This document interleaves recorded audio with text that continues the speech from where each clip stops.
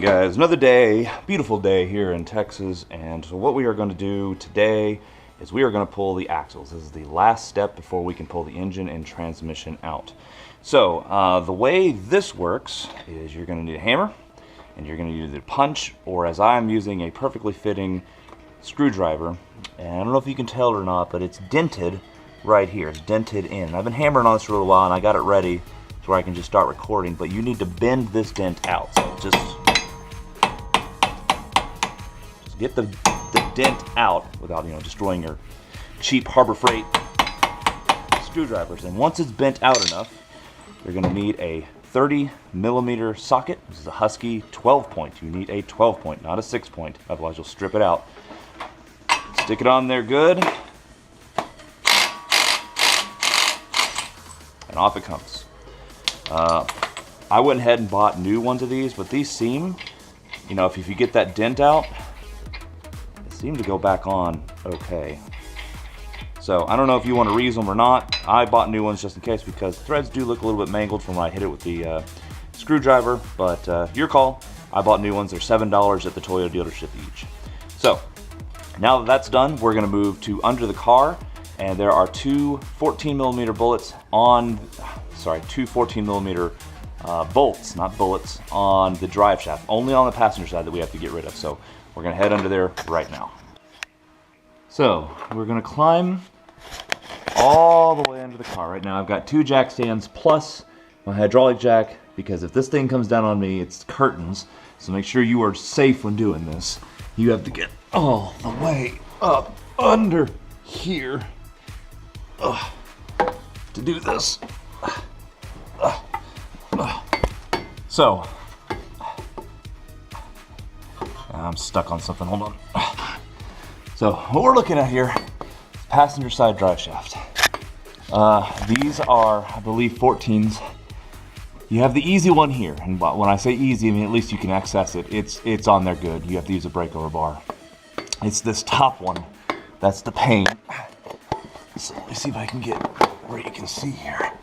What you have to do is get a 14 on a normal extension here. Make sure it's in loosening. Run it past this subframe here and get a breakover bar. This is the handle to my jack. Slide this up, and it's gonna be kind of hard to do with this one. I'm trying to hold the light, so I guess I'll put the light right here. Get your arm, pull it up, connect it, and then just start ratcheting like this. Now I've already broken mine loose because it took me like an hour to get to this point. But that's how you do it. It's basically the handle's up in the exhaust back here over the subframe connector. Now that I've done that, I'm going to try breaking it loose. Yeah, it's coming now. And also make sure you're on loosening, because that would be helpful. All right, so. But yeah, that's how you get this top bolt off. And so this collar has to go away. There it is. And they're not very beefy bolts, they're nice and small. And then, nope, this one needs to be loosened more. So what I have read is you get it most of the way out. Watch your eyes because there's rust and debris and stuff on this. This is a Texas car, so we don't have snow, but it still gets corrosion. Then grab yourself a hammer and hammer it.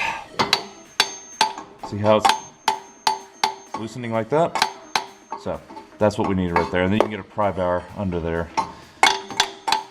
So yeah, that bad boy's loose. So that's how you get the collar undone. But we're not done yet. Let's pull this bolt now. It's separated. Put the bolt there. One last thing. These are 17mm here. You have to pull all three. Two are nuts, one is a bolt.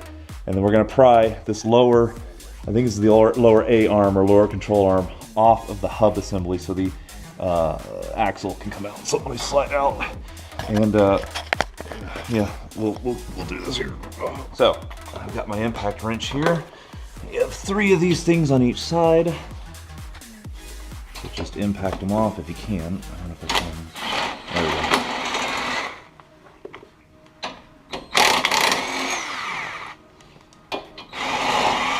Okay, but there's still a lot of pressure on this. So we are going to have to take a pry bar and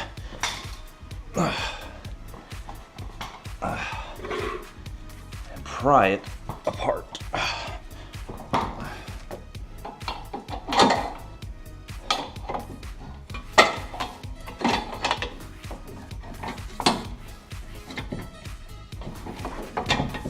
There. Now that that's out, you can move this entire assembly there. And now that it's free and clear, the work you did earlier with the half shaft.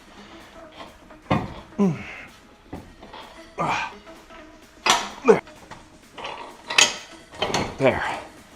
Okay. It's free and loose. Don't pull on it here. That'll just rip the boat. Let's go back under. It's out. It's hanging. We just got to get it out of the transmission. There it is. See, it just pops out. I grabbed it right here on the sleeve we were working on earlier. And the best part is you don't have to pull it all the way out, just enough to clear the transmission. It can just hang there. All right, for this side, it's slightly different. Oh, I forgot the air impact wrench. Let's see how lucky we get. Oh, it's already loose. I already broke these loose earlier, so don't think I've been driving around on a broken suspension.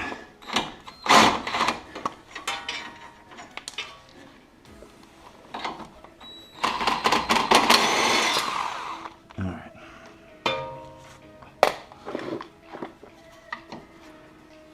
Pry bar.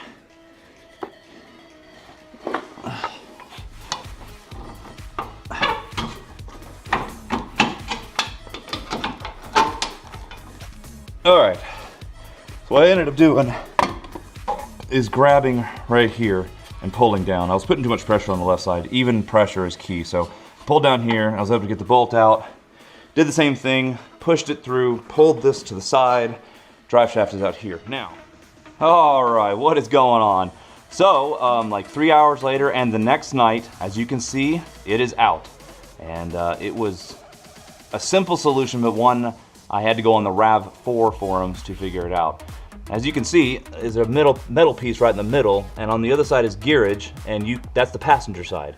And we got the driver's side here. What I had to do, I'll show you, is I went to Harbor Freight, got myself some super long screwdrivers. I believe these are 24 inches. $6 for a pack of two. One Phillips, one slot.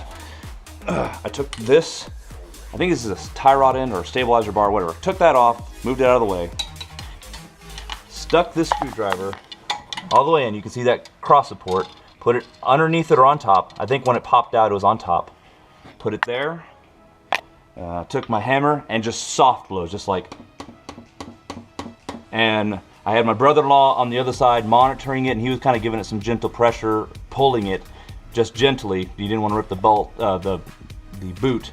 And sure enough, I mean, it popped off in 5 hits, 6 hits. I mean, I was whacking on this thing all night last night from underneath the car and it wouldn't come out, but just very subtle hits from inside the transmission. Be careful to not hit the gears that are in there, the teeth right here. You can mess these up. Just go past it and you'll feel it just stop just past this metal bar. I went above it and it popped right out.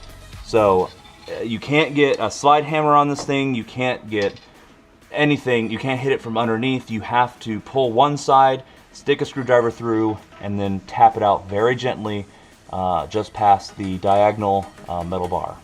So that's it for disconnecting. We are ready to pull this engine and transmission. Tomorrow I've got a bunch of guys coming over, mainly for eyes and for a little bit of help. But one bolt there, one bolt there, one bolt there, and there's one on the transmission at the back.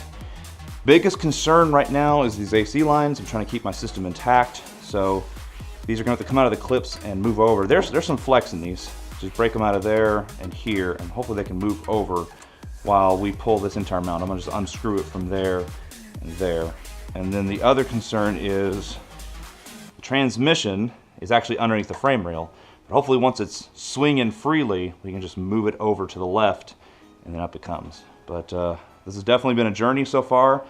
Lots of aha moments and discoveries. And so I hope, you know, this axle video helps you a little bit, because I had no idea how to get that out of there until I went on a RAV4 for him, and same problem, and he went inside the transmission, braver man than me, and tried it first, and sure enough, worked perfectly. So tomorrow we pull the engine. What is going on, guys? Okay, it is engine swap day. Got the axles out, everything's good. Got a bunch of guys coming over here shortly, and we're gonna get this thing tore out of here.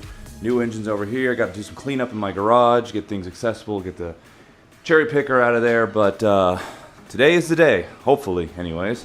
Got the Mustang moved out of the garage, parked over there, so we're gonna get started here in just a second. I'm gonna put this thing on time lapse, and we're just gonna go for it. So stay tuned.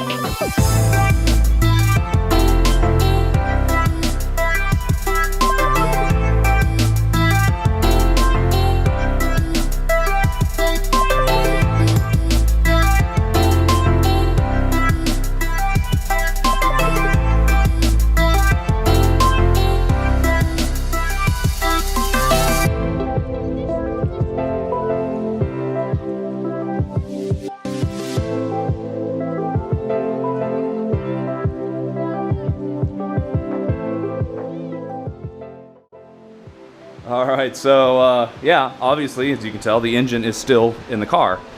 Right as we were starting to jack it out, this thing failed on us. We've tried to troubleshoot it, we tried to refill it, and do all sorts of things, and basically it won't pump up anymore at all. We stick it in there. We think the seal's broken here because there's no resistance. We can push it up, and it holds wherever it goes, but yeah. So, no engine removal today. We ended up getting the bolts out, like we loosened here. This is a 14, the one back there, that nut, you can see it's out of its cradle. That was an 18. This was an 18 as well. What we decided here, and I like this idea if it works, is we didn't have to take these off, but we did anyways, just to, because it has to go on the new engine anyways. Take these two off, take that one off as well, that's a 14. This bolt right here indexes with this piece. So this slides in, bolt goes down, holds it in place. If we take this bolt out, we should be able to shove the engine over and up on top of this mount and get it out. And we can bend the lines out of the way just enough to get it out of the way. I did take out the coolant tank to give us more room, and undid the AC bracket. It goes there. But until we get a working engine hoist, this thing's not going anywhere. So check back whenever we finally get a good working engine hoist and we can get this thing out of here.